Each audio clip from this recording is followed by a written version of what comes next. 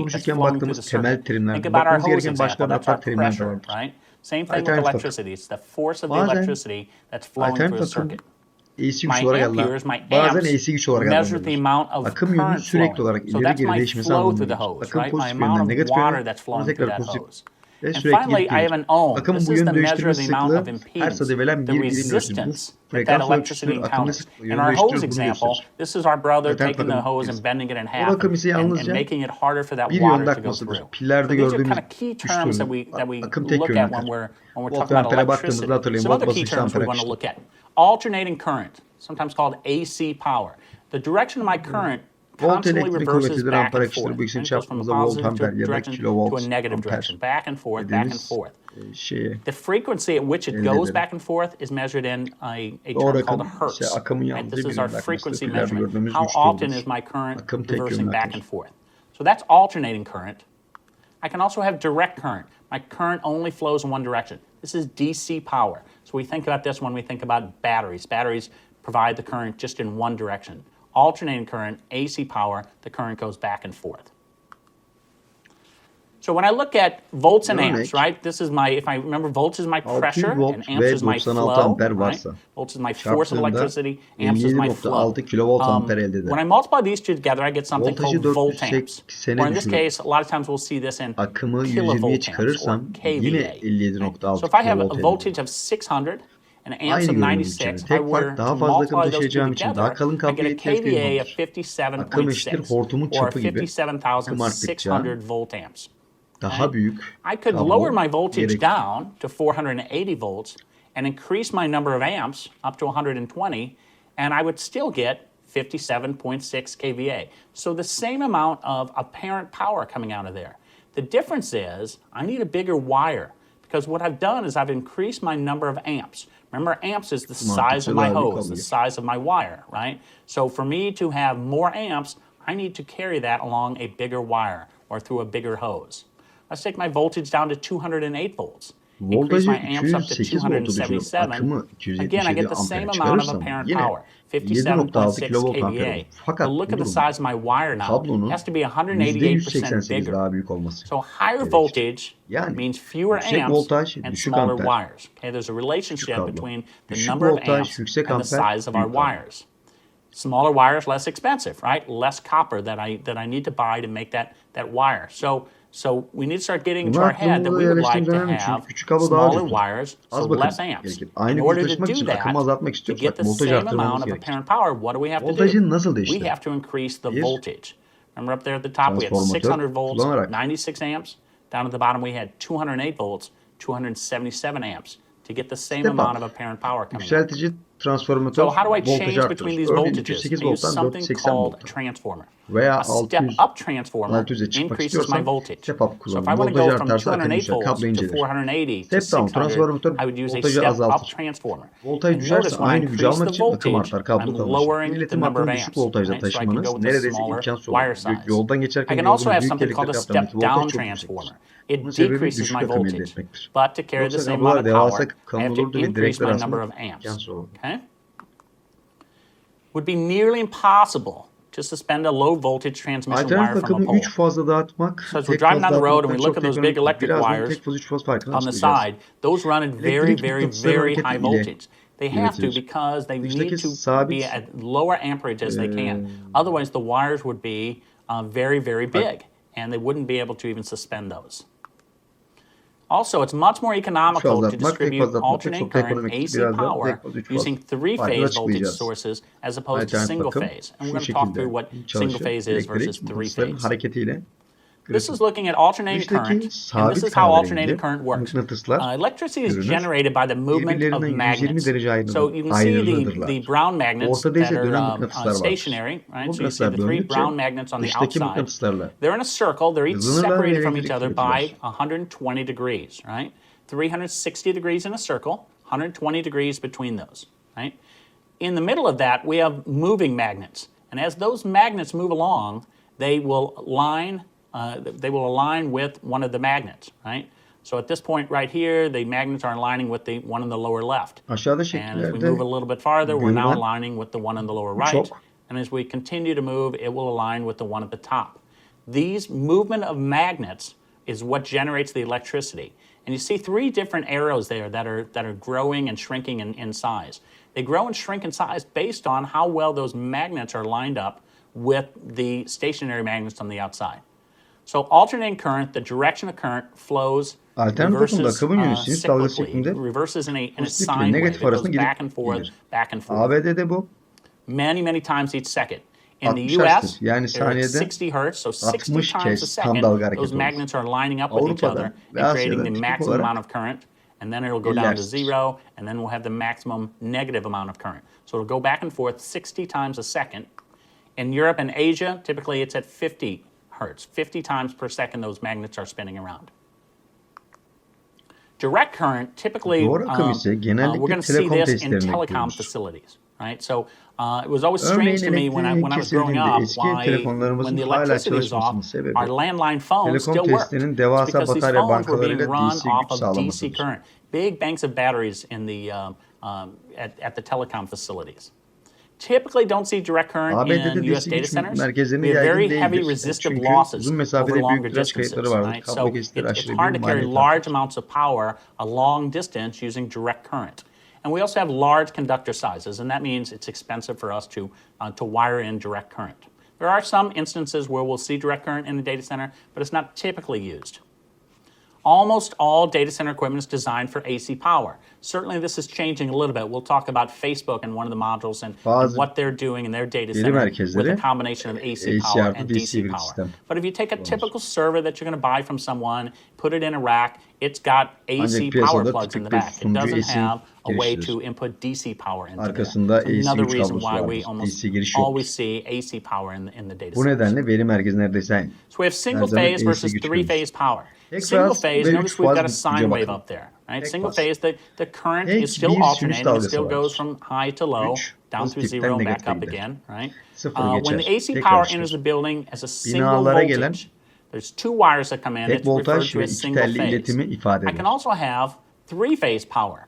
And in this Üç case, faz. we get three Üç conductors that are coming sinüs in. dalgası vardır. And you notice that instead of Her faz one 120 sine wave, I've got derece three kayıtlıdır. sine waves that kind of Üç alternate with each iletkeniyle other. taşınır. They're 120 degrees out of Üç phase faz with güç each other. dağıtmak çok right? daha ekonomiktir çünkü aynı Single kabloları phase is usually kablo distributed kesitinde to çok daha residential fazla small güç commercial taşınabilir. customers. Kablo kalınlığı And akım power ilgilidir. enters with Akım one or arttıkça two kablo hot kalınır. wires, and we'll also Bu have a yüzden 3 faz neutral daha and a ground. ucuzdur. And we're going to Evlerde talk about genelde 120 grounding veya here 240 in just a volt minute. faz bulunur. Veri merkezlerinde Three-phase power, it's more economical to 120 volt distribute ve because I've got smaller 208 wire volt tek sizes. faz. I'm really running 180 volt 3 faz karışık görülebilir. three sections of power over the same wire, so I can use smaller wires to do that. The Sonuç size of güç the üretim wire is an important reason I'm santralimiz var. using three-phase power. Kömür It's santrali, less nükleer expensive to do santrali, that. hidroelektrik ve başka bir Size şey of the wire olur. Burada affects the amount of üretilen current tüm that can mekanik pass. enerji aslında And affects the mıknatısları amount of döndürmek power için. that can be Mıknatıslar delivered. döndürüldüğünde Remember, elektrik our üretir. power is volts times amps. The Bu size of the elektrik wire iletim impacts the amount of kuleleri amps that can go over that boyunca wire. Okay, so the taşınır. size of the wire ultimately impacts the amount of power that can be delivered. 120 or 240 volt versus 208 volt configurations.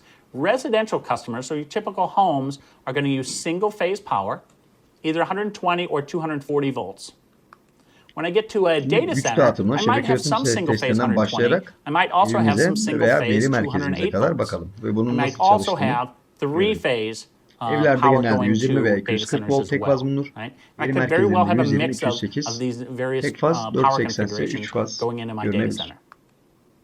So let's look at power from the utility plant all the way out to Güç üretim our house santralimiz or var. our data Bu center. kömür Let's look at santrali, how this nükleer works. santral, So hidroelektrik at veya the başka bir şey upper left, olabilir. we've got the power Burada generation üretilen plant. tüm mekanik Could be enerji coal plant, aslında nuclear, mıknatısları döndürmek hydroelectric, içindir. whatever it happens to be.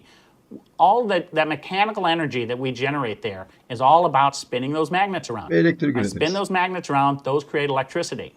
That electricity is carried over transmission Bu towers. elektrik Look at the iletim voltage, kuleleri boyunca 800 kV, taşınır. Voltaja 800,000 bakın. volts. 800 Right? kilovolt. We need very high 800 voltage bin because volt. we want Çok yüksek low bir amperage. voltajdır. Çünkü düşük akım elde And we etmek get to a isteriz. regional substation, and that symbol there is for a Sonra bölgesel transformer. bir trafo We're going to merkezine go from 800,000 gösterilen volts sembol down to 33,000 volts. bir Still very plato high voltage. The reason we're sembolüdür, doing that, that's a transformatör step-down transformer, right? We're sembolüdür. stepping down the voltage from 800,000 to 33,000 is Voltajı we need to 800 be able bin to get the volttan voltage 33 down bin to volta a range düşürür. where we can use that. Hala çok Now, yüksek 33,000 volts, still voltajdır. very high. So Bunu we go through a voltajı local kullanılabilir or a bir seviyeye building getirmek için substation yaparız. as our next step. 33 And bin that has volt another bile hala step-down çok transformer. yüksektir. We're stepping down the voltage Bu from yüzden bir sonraki 33,000 adım yerel volts veya down to bina trafo 480 merkezine volts. Now at gideriz. that point, I can run Burada a bir single phase başka out to our düşürücü house at transformatör either vardır. 120 or 240 Voltajımızı volts, or I can 33 run bin volttan 480 volts 480 out, volt three phase out to my building. seviyesindedir.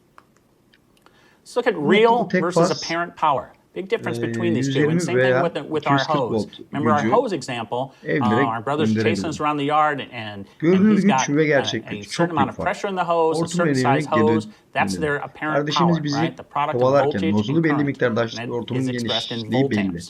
Bu görünür güçtür. Real Voltaj power çarpı is the akım capacity to eşittir actually do some görünür work, güç. and that's expressed in watts. So if I take that Gerçek güç ise hose and I put a gerçekten bend iş in it, yapabilen the amount of güçtür. water that comes out is going Hortumdan to be gerçekten less. çıkan That's su my real miktarını power, watt right? The cinsinden real amount ifade of water ederiz. that's Görünür coming out of güç my ile hose. gerçek güç oranı güç So faktörüdür. the ratio of these two, apparent power and real power, is something called a power factor. It's a ratio of my real Güç power faktörü over my eşittir apparent power. Right? So I'm going to gerçek take my güç real bölü power, görünür divide güç. that by my apparent power to get power factor. And that's going to be a value from 0 to 1. 0 ile 1 arasında bir Sometimes expressed değerdedir. as a percentage. So a Bazen power yüzde factor of olarak 0.5 gösterilir. would be a 0,5 güç 50% power faktörü factor. %50 Right? This is güç basically faktörüdür. telling us in our equipment Bu how much of the power elimizdeki am I ekipmanın actually going aldığı to get out güçten of this ne piece of kadarını equipment. So gerçekten let's look at an example of that. kullanılabildiğini So here we see a gösterir. table has Örnek 480 tablo volts inceleyelim. in all cases Tablo and 100 amps in all 480 volt ve cases. 100 amper So you see içindir. my apparent power, Görünür güç volts times 48 amps. In kilovolt this case, amperdir. I'll make Eğer it in güç faktörü 1 ise kVA, kilovolt amps. gerçek güç I have 48 48 kilowatt olur. kVA. That's Güç my faktörü apparent power. 0,9 ise Let's say I'm going to run that power gerçek through a güç piece of equipment that has a power factor of 42 1.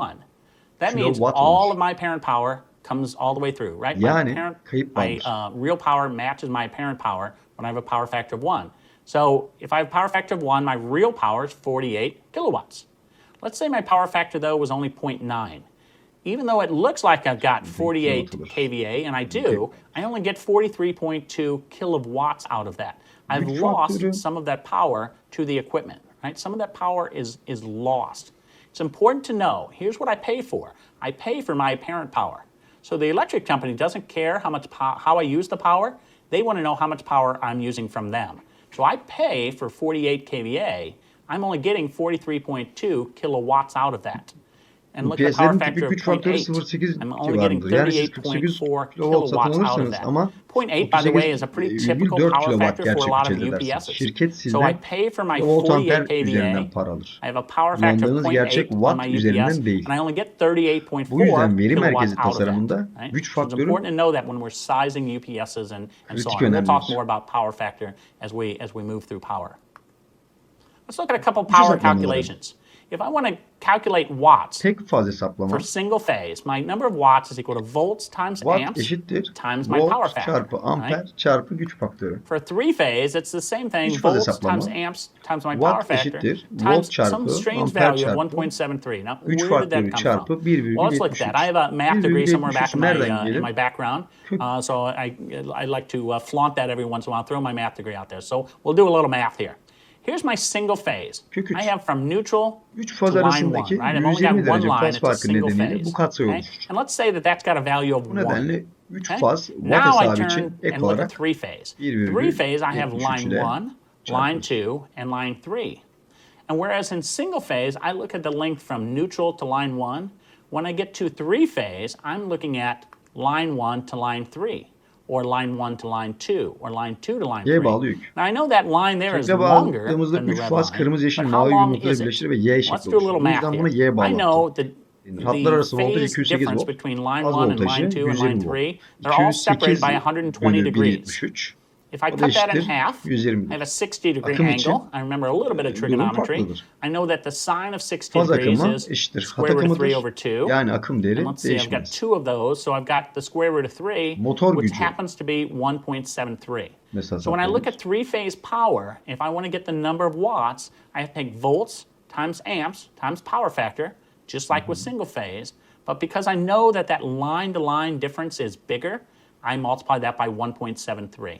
So if anyone ever asks where that comes from, you'll be able to tell them. When we look at a Y-connected load, and it's called a Y-connected load because if you look at the shape of it, it does come out looking like a Y, right? So the red line, the green line, and the blue line are three different phases, bağlı. right? Phase 1, phase 2, and phase 3 that are all coming Kökte in to baktığımızda 3 power the faz same load. bir noktada So that's a Y-connected birleşir. load. It's Kırmızı, yeşil ve connected to mavi. all three phases. Ve A Y couple şekli things we need to oluşur. know about a Y-connected Bu load. yüzden buna My Y line-to-line bağlantı voltage is denir. 208 volts, right? But my phase Hatlar voltage arası volt here from my line to 208 my piece of volttur. equipment is only Faz 120 voltaj, volts. The faz difference is voltajı yani nötr 1.73, right? So my metre line-to-line arası voltage is 120 208, volttur. but my phase voltage is 208 only bölü 120. 1.73 Now that doesn't 120'dir. impact the current. So if I look at the Akım için durum current going across farklıdır. one of those lines, my line current Faz is 10 akımı amps. My hat phase akımıdır. current is also 10 amps. Yani So my akım değeri voltage, my phase voltage changes, but my phase değişmez. current stays the same. Let's look at calculating motor power. So a lot of times we'll have Motor gücü hesaplaması. a motor, a Motor pump, or gücü something like that hesaplarken on horsepower in our data center, and we need to beygir calculate terimi how much power is kullanılır. that pump going HP. to draw. Right? So we've got a concept of horsepower, and the formula for Horsepower this is eşittir horsepower is equal to my volt volts çarpı times amps amper times my çarpı percent efficiency birim of that çarpı motor güç times my faktörü power hepsi factor, parantez and then I içerisinde divide that by bölü 746. 746. And if I want to look at amps, I can just reverse, Amper change bulmak those numbers istersem around. If I want to know formülü how many tersine amps that's going to çeviririm. draw, I'll take my horsepower times 746 Amper and divide eşittir by the volts and horsepower percent çarpı efficiency and power factor. 746 bölü Exact same thing on parantez three içerisinde phase, voltaj except you see çarpı wherever power verim factor çarpı is, that güç faktörü. PF, I'm going to multiply by 1.73, right? Üç That fazla tüm difference işlemler between aynıdır. single Tek fark phase and three 1,73 phase. So çarpılır. let's look at a real example so we can see how this would play in real life. So if I want to know how many amps will a 30 horsepower, Örnek motor 240 hesabı volt, soru three-phase pump draw? 30 beygir, My 240 pump has an volt, efficiency 3 rating of faz, bir 0.95, pompa and I have a power kaç factor of amper 0.8. çeker? All I'm going to do is Motor plug verimi those values in. 0.95, Right? So my horsepower is güç faktörü 30. cos See ise what that is on 0.8. the bottom equation Hesap. there. It's 240 volts. Amper That's where my volts go. My eşittir percent efficiency 30 rating çarpı 0.95. 746 My power parantez factor içinde 0.8. bölü When I parantez multiply içinde all that out, the number of 140 çarpı amps is going to be 0.95 çarpı 71. 0.8 So çarpı across 1.70 each phase, it's going to draw 1.73. 71 amps. Yaklaşık So if I were to put 71 this amper. pump into my Yani data center, pompamız I'll her know how fazdan much power it's going to draw, 71 how many amper amps akım that's going to çeker. draw across each one of those phases. Let's look at grounding. Grounding is a safety Topraklama. measure. It's designed to protect us against Topraklama bir electrical güvenlik shock. önlemidir. And what happens is we take a Elektrik ground çarpmasına wire karşı connected to the metal koruma sağlar. case. And we're going to explain why in a Toprak series of hattı diagrams here. metal gövdeye The bağlanır. neutral Nötr line is the hattı only güç grounded kaynağından, circuit, and güç that's kaynağında bonded back toprağa to the bağlıdır. ground at the power source. Again, I think the next slide will make this a little bit more clear how exactly this is laid out. Elektrikçiler And they farklı have different iletken various renklerini bu conductor yüzden colors. It kullanırlar. depends on what type of voltage you have and so Sıcak, on. So that baz, electricians can tell which is the hot wire, which is a nötr ve neutral toprak wire, hatlarını which is ayırt a etmek ground için. wire, and so on. So let's look at a Devre little electrical örneği, circuit here. So here's my source. I show that as bir a kaynak, battery in this bir case. Right, that's the source of my sıcak power. iletken, I go across a hot conductor, so that's going to güç, carry my direnç, electricity. I go through my load, and I show my nötr load in this iletken case in electrical terms as a resistance. ve That's what that dashed line is going toprak to çubuğu be, that olduğunu jagged line there. And düşünelim. then I have a neutral conductor which carries the electricity Metal back to kasaya ground. dokunduğumuzda And by normalde ground, bir we sorun literally olmaz. mean ground. And Fakat iron yük pipe içinde hammered into the ground, gevşek bir kablo electricity kasaya gets rid değerse of that iron pipe then elektriğin takes that electricity, drives it into the ground. That's why it's called iki grounding. seçeneği vardır. So let's say we got a little metal case around our load, and here's our little guy comes and he touches that metal case. Now my little guy here, and this is the extent, by the way, of my artistic talent. You're seeing it right there. Our guy is grounded by virtue of touching the ground, right? So he's okay. He can touch this ground. There's no problem with that. He's not experiencing any Birinci kind of kişinin shock there. içinden But toprak what were to gitmek, happen ikinci if nötr hat inside my üzerinden load I toprağa had a gitmek. loose wire Elektrik and her it were zaman to en kolay touch yolu seçer. this İnsan metal vücudu case? zayıf bir So you see iletkendir. where I've added my Nötr little wire daha touching the metal kolaydır. case? Bu yüzden I'm elektrik okay, and nötrden here's the reason why. gider. Ama Electricity, like kaçak water, akım is going to yüksek try to find the yükten easiest önce way oluşursa to get to its destination. Right? bu Water's kez going to hem find a kasadan little hem path that will take kişiden it downhill. hem yükten geçmek Electricity zorundadır. tries to find Bu the durumda easiest way to get back to elektrik kişinin ground. üzerinden So at this geçebilir. point, the electricity has two choices. I Ve can go bu through the person to ground. Now, a ölümcül person is not a olabilir. very good conductor of electricity. We'll try, but we're not very good at it, right? Or the electricity can go through the metal case to the neutral conductor and back to ground. Wow, electricity says it's much easier for me to go along the ground, or that neutral conductor back to ground, than it is to go through the person. So that's the choice that the electricity will take. Let's take another example though. In this case, my Metal kasaya electricity, my bağlı faulty bağımsız bir wiring was toprak teli before I got to the load. elektrikçi en kolay Well, now the yolu electricity has a choice here. Elektrik kişi It can değil, go through the metal case, through my person to ground, toprak or hattını it can go through this load seçer. and then along the wire to ground. Both of those are very difficult for the electricity to do. Both cases, they have to go through a big load. The problem is we might be the load that they Bu choose to yüzden go through. And that's why I show my little guy with his hair standing up, right? Very good chance there that he's going to get a shock or maybe even result in death. So in order to protect against that, we use something called a ground wire. And what the ground wire does is it connects a wire from the metal case back to the ground point. So now, in this case, the electricity has really three different choices. It can go through the metal case, through my person to ground. It can go through the load along the neutral conductor back to ground, or it can go along my ground wire. Well, my ground wire is the easiest path for that electricity to take, so that's the choice that it's going to make. Right? So there's a lot of things that we have to think about when we look at electricity. And in the next module, we'll talk more about some of the other power problems and Bu so on. modülde But it's important to volt, get amper, kind of a güç faktörü, base görünür ve fundamentals of gerçek volts güç, versus baskı amps and power kavramı, factors and things transformatörler, like that, so that when we motor start talking about some of the hesaplamaları, devices, power devices in the data center, we topraklama can relate back to these gibi power güç basics. temellerini ele aldık. If you have any questions, you can certainly Gelecek ask them using the modüllerde veri question and merkezlerinde comment box. görülen güç problemleri ve güç Thank you very ekipmanlarını much for joining us inceleyeceğiz. in this Herhangi bir module and look sorunuz forward to varsa seeing you in other soru yorum modules. kutusunu kullanabilirsiniz. İzlediğiniz için teşekkür ederim.